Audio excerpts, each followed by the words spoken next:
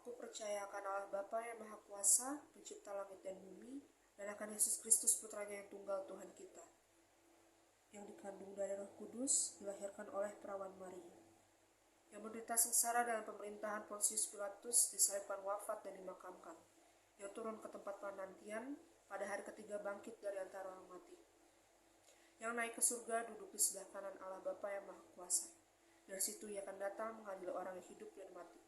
Aku percaya akan Roh Kudus, Gereja Katolik yang kudus, persekutuan para kudus, pengampunan dosa, kebangkitan badan, kehidupan kekal. Amin. Dalam nama Bapa dan Putra dan Roh Kudus. Amin.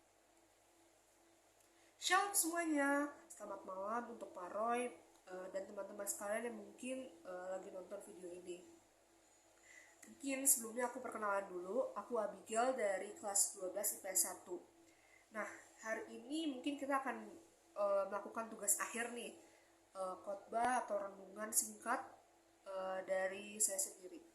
Sebelum kita memulai, aku ada spill dikit nih, atau kayak aku berikan quotes atau kata bijak lah ya mengenai atau berkesinambungan sama ayat yang hari ini bakal aku ulas. Berharap pada manusia adalah sebuah seni patah hati. Itu guys. Oke, hari ini teman-teman sekalian yang mungkin nonton di sini juga bisa sambil buka Alkitab yang ada di handphone atau mungkin ada Alkitab di rumah. Kita buka Yesaya 2 ayat 22. Yesaya 2 ayat 22. Oke, kita baca ya teman-teman, apa sih isi dari Yesaya 2 ayat 22 ini. Jangan berharap pada manusia, sebab ia tidak lebih daripada embusan nafas. Dan sebagai apakah ia dapat dianggap? Kita baca bareng-bareng ya teman-teman. 1, 2, 3. Jangan berharap pada manusia, sebab ia tidak lebih daripada embusan nafas. Dan sebagai apakah ia dapat dianggap? Oke teman-teman, kan kita udah baca semua nih satu ayat ini, yang mungkin kelihatannya kayak singkat, tapi maknanya banyak banget dan relevan nih sama kehidupan kita sehari-hari. Oke, kita akan bahas ke beberapa bagian mungkin ya. Pertama kita ulas dulu ayatnya itu sendiri. Di kalimat pertama, jangan berharap pada manusia. Berarti di sini dijelasin kan bahwa kita itu nggak boleh bergantung banget atau kayak terlalu berharap dan berekspektasi tinggi terhadap manusia. Dan kita harus berekspektasi tingginya itu atau berharap lebihnya itu cuma kepada Tuhan. Jangan sekali-kali kita berharap sama manusia. Selanjutnya, sebab ia tidak lebih daripada embusan nafas. Seperti yang kita ketahui nih teman-teman, dari awal kisah penciptaan manusia kita kan dikasih tahu tentang kisah manusia yang diciptakan berasal dari tanah liat. Nah kemudian setelah dibuat oleh Tuhan, mereka dihembuskan nafas pertama Tuhan agar mereka hidup dan menempati bumi. Berarti kita tahu nih dari awal aja kita itu hidup dari hembusan nafas aja nih, bukan semata-mata kita kayak oh kita hidup cuma dari hembusan nafas berarti kita cuma manusia yang nggak berguna. Enggak kayak gitu. Kita jadi makhluk hidup yang terpilih. Kita istimewa karena kita digambarkan dan serupa dengan Tuhan. Meskipun kita dari hembusan nafas, kita sebagai manusia kita memiliki keistimewaan yang nggak ada di makhluk hidup yang lain. Dan kalimat yang terakhir, dan sebagai apakah ia dapat dianggap? Berarti sebagai apa manusia dapat dianggap di permukaan bumi ini? Nah, kita ulas bareng-bareng nih. Bicara tentang harapan kita kepada manusia, kita kan pasti kayak pernah nih ngalamin di kehidupan sehari-hari, atau kita ngerasa kayak berharap pada seseorang, kayak kepada teman kita, kepada orang tua, kepada bestie kita, atau kepada orang lain, tentang segala sesuatu yang akhirnya kok endingnya gak sesuai nih sama ekspektasi kita. Ya akhirnya lama-lama kita cuma jadi kecewa, kita jadi putus asa karena itu semua gak sesuai sama yang kita harapin. Terus gimana nih caranya supaya kita dijauhkan dari kekecewaan itu sendiri? Kita akan bahas realitas dalam kehidupan. Jadi kayak yang biasa kita lakuin yang ternyata itu berdampak sama diri kita. Yang pertama, terlalu bergantung pada teman atau orang lain. Kayak kita pasti selalu nganggap diri kita itu makhluk sosial gak sih? Kayak kita butuh teman, kita gak bisa hidup sendirian, dan akhirnya kita jadi bergantung sama seseorang. Kita jadi suka minta tolong, kita gak bisa hidup sendirian, yang pada akhirnya karena hal tersebut sering atau berulang kali kita lakuin, kita jadi lupa bahwa sebenarnya manusia itu bukan yang memberikan kita pertolongan. Kita lupa sama Tuhan, jadi kita apa-apa bergantungnya cuma sama manusia. Padahal segala sesuatu yang diberikan kepada kita itu semua berasal dari Tuhan, dan emang itu murni hanya pemberian dari Tuhan yang emang dititipkan ke manusia. Yang kedua, realitas yang selanjutnya itu menyombongkan kemilikan orang lain. Karena kita pernah mikir gak sih, kayak kita se-circle atau sepertemanan, segeng gitu sama orang-orang yang beruang, berduit, yang punya pangkat tinggi, yang terkenal, yang famous, yang hits gitu. Lama-lama kita kayak jadi ikutan flexing gak sih sana sini. Kayak kita gue se-circle nih sama mereka yang emang notabene emang orang-orang yang dilihat atau jadi tokoh yang emang ikonik banget dalam suatu status sosial. Kita jadi lupa bahwa kita ini dari siapa, harta yang kita punya, harta yang mereka punya itu dari siapa. Padahal segala sesuatu yang ada di muka bumi itu adalah dikasih Tuhan, yang emang dititipkan Tuhan untuk kita, tapi hal tersebut bukan untuk disombongkan. Nah, yang ketiga, realitasnya itu melupakan Tuhan dan lebih menghormati suatu tokoh yang disukai. Kayak yang tadi saya bilang, karena kita ngerasa ada beberapa tokoh itu yang kita ikutin. Misalnya kayak sekarang tuh banyak banget yang anak-anak muda yang suka banget kayak misalnya artis-artis Korea, artis-artis Jepang, K-pop, J-pop, anime, atau bahkan kayak fans-fans bola dan mungkin influencer, selebgram yang jadi tokoh yang bikin kita jadi interest, terus ikutin nih kehidupan dia.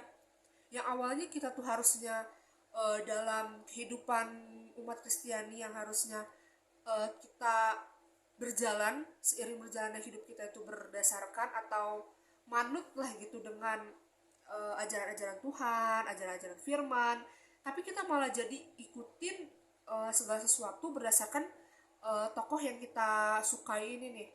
Kita jadi lupa bahwa seharusnya atau terkadang hal-hal yang influencer atau tokoh kita ikutin ini gak boleh di dalam diri kita atau di dalam iman kita, tapi kita malah jadi keikutan dan lupa tentang kodrat kita yang seharusnya mengikuti ajaran-ajaran Tuhan. Nah, yang keempat itu terlalu memuji orang lain hingga lupa dengan Sang Pencipta dan congkak karena merasa orang kaya.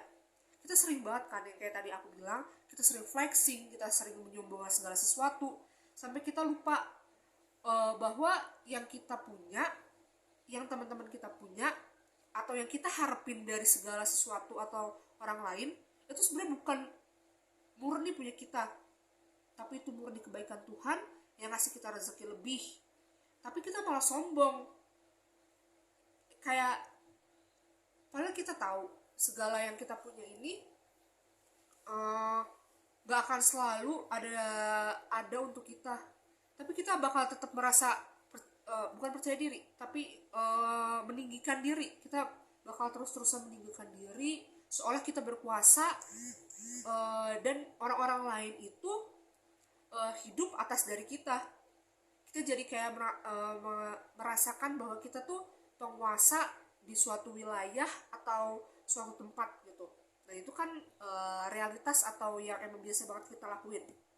Nah, tapi dari awal Tuhan itu udah pernah bilang, ada sebuah firman dan sebuah kisah dari Yesaya 2 juga, tapi bukan yang bagian tadi aku baca, mengenai hukuman Tuhan terhadap semua orang yang meninggikan diri dan melupakan Tuhan. Berarti ini kan konkret atau relevan banget kan sama realitas dalam kehidupan yang tadi aku bilang atau yang aku ceritain. Nah, dalam kisah tersebut Tuhan menceritakan mengenai kisah keturunan Yakub yang dibuang Tuhan sebab mereka melupakan Tuhan dan sibuk menyembah berhala serta meninggikan manusia. Jadi kayak kita meninggikan suatu tokoh, kita melupakan Tuhan, menyembah berhala, berfoya-foya, atau nggak sesuai hidup dengan yang diajarkan Tuhan, itu tuh sebenarnya Tuhan bisa menghukum kita. Tapi dengan baiknya Tuhan menghapus dosa-dosa kita, dan kita malah masih melakukan hal itu berulang-ulang. Nah, terus gimana sih hidup yang baik menurut Alkitab? Yang pertama, miliki keyakinan yang kuat dan percayakan firman. Kenapa aku bilang itu salah satu fondasi yang kuat? Karena kalau kita punya keyakinan, kayak kita yakin nih, Tuhan itu satu-satunya jawaban atas segala harapan kita. Kalau kita berharap, kita ingin sesuatu, dan kita ibaratkan kayak curhat lah, memohon kepada Tuhan, Tuhan pasti akan jawab. Kalau kita punya prinsip itu, aku yakin banget semua orang gak bakal ada yang gagal. Semua orang pasti bakal ngerasain betapa baiknya Tuhan sama manusia, sama makhluk yang bahkan ciptaannya dari awal itu udah serupa dan segambar. Yang kedua, punya tujuan dan harapan akan hidup. Harapan dan tujuan kita hidup itu harusnya emang dari awal kita terapkan, bahwa kita berasal dari Tuhan dan kita hidup untuk Tuhan. Jadi kalau kita berharap, kita menginginkan sesuatu, itu emang harus berdasarkan kebaikan dan memang harus sesuai dengan ajaran-ajaran Tuhan. Selanjutnya, yang ketiga, ini penting banget sih, takut akan Tuhan. Kalau kalian takut sama Tuhan, kalian takut berdosa, bukan berdosa, tapi takut gak sesuai atau gak berjalan berdasarkan ajaran-ajarannya, jangan untuk berharap sama manusia. Kita untuk melenceng dikit aja pasti kita bakal mikir, apa iya perilaku gue kayak gini tuh bener? Kenapa gue harus berharap atau berekspektasi sama orang lain? Sedangkan gue punya Tuhan yang emang tempatnya kita untuk mengeluh, untuk kita berdoa, untuk kita memohon. Dan yang terakhir, pelayanan dan kasih. Kenapa pelayanan dan kasih itu termasuk cara hidup yang baik menurut Alkitab? Karena dengan kita melakukan pelayanan dan memberikan kasih, membagikan kasih kepada sesama manusia, itu beda sama namanya kita berharap atau berekspektasi sama manusia itu sendiri. Membagikan kasih, jika kita diberikan imbalan, itu anugerah, atau kayak emang murni orang itu mengasihi. Tapi kalau kita berharap kita diberikan sesuatu, itu salah teman-teman. Jadi segala sesuatu itu harus berdasarkan dengan yang diajarkan Tuhan. Nah, mungkin itu aja yang bisa aku sampaikan. Intinya adalah kita semua harus bisa hidup di dalam nama Tuhan.